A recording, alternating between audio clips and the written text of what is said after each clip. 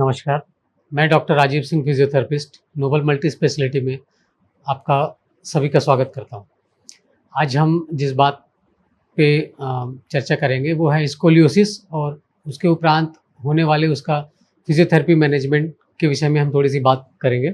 Scoliosis जैसा कि आप सभी को पता है कि ऐसी बीमारी है जिसमें आपका स्पाइन टेढ़ा हो जाता है। ये दो तरीके से होता है मेनली, जिसे हम बोलते हैं कि जन्मजात होता है। एक तो जिसे बाय बर्थ ही आपकी जो स्पाइन है वो टेढ़ा होने लगता है, और दूसरी होती है पोस्चरल स्कोलियोसिस, जिसकी हम बात कर रहे हैं या बात करना चाह रहे हैं। वो पोस्चरल स्कोलियोसिस है। वो ऐसा रहता है कि जो डेली काम करते हैं तो उससे हमारे पोस्चर में जो भी एडजस्टमेंट होता है, जो भी चेंजेस होते हैं, तो उसके वजह से हमारा जो स्पाइन होता है एक नॉर्मल कर्वेचर रहता है, एक एस शेप का कर्वेचर रहता है। अगर हम साइड से देखेंगे तो, और सामने से देखेंगे तो वो एक वर्टिकल स्ट्रेट लाइन पे रहता है। यानी कि एक रस्सी अगर हम ऊपर से ऐसे रखें तो वो नीचे तक एकदम सीधी लाइन रहती है, पर यदि उसमें ऐसे टेढ़ापन आ जाए तो वो स्कोलियोसिस कहलाता है।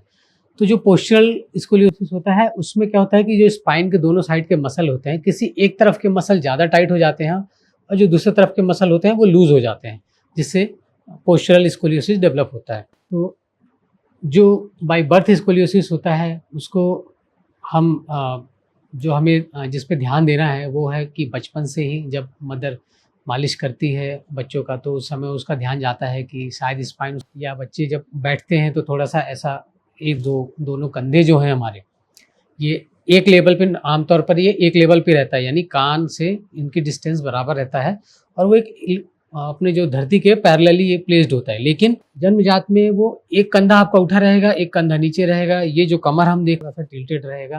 तो ये जैसे जैसे बच्चा बड़ा होता है ये चीज़ें निखर के, मतलब प्रमुख रूप से दिखने लगती है सामने से, ये नोटिस होने लगती है। तो इसमें ये क्यों होता है? क्योंकि जो हड्डी का जो चेंजेस होता है वो कुछ ऐसा टेढ़ापन होने लगता है, एस शेप जैसा दिखने लगता है, किसी एक उठ जाता है, दूसरी तरफ का स्पाइन नीचे दब जाता है।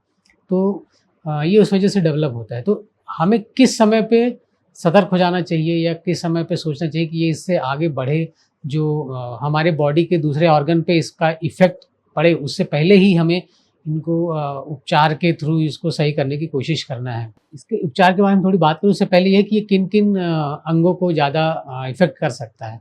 तो जो सबसे पहला है वो है हमारे स्पाइन जो हड्डी है उसमें तो चेंजेस होते हैं।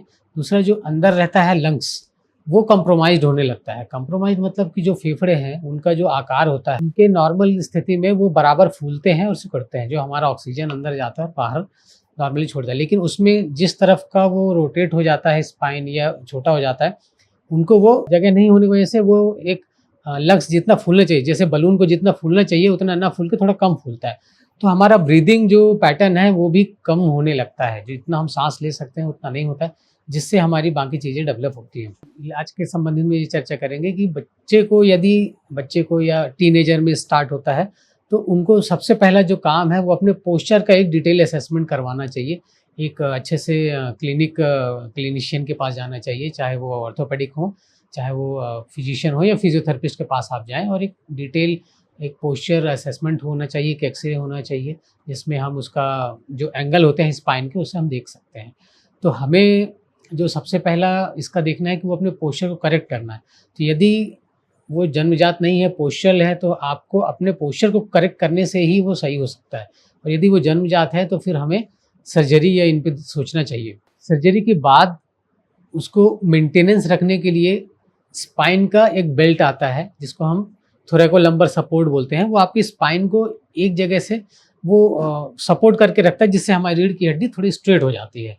तो वो आपको कब तक पहनना है, वो आपका स्पाइन उस एडजस्ट ना हो जाए, उसकी आदत इतनी नहीं हो जाए कि वो सीधा रह सके।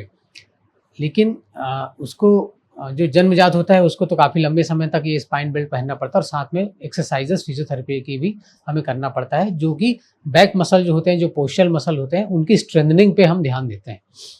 और जो पोस्चरल होता है उसको आप फिजियोथेरेपिस्ट के पास जाएँगे, वो डिटेल असेसमेंट करेंगे कि किस जगह की मसल पे प्रेशर आ रहा है या किस जगह की मसल्स छोटी हो रही हैं, किस जगह की मसल लेन-देन हो रही हैं। तो उनके लिए वो एक डेफ़िनेट एक्सरसाइज प्रोटोकॉल बनाते हैं।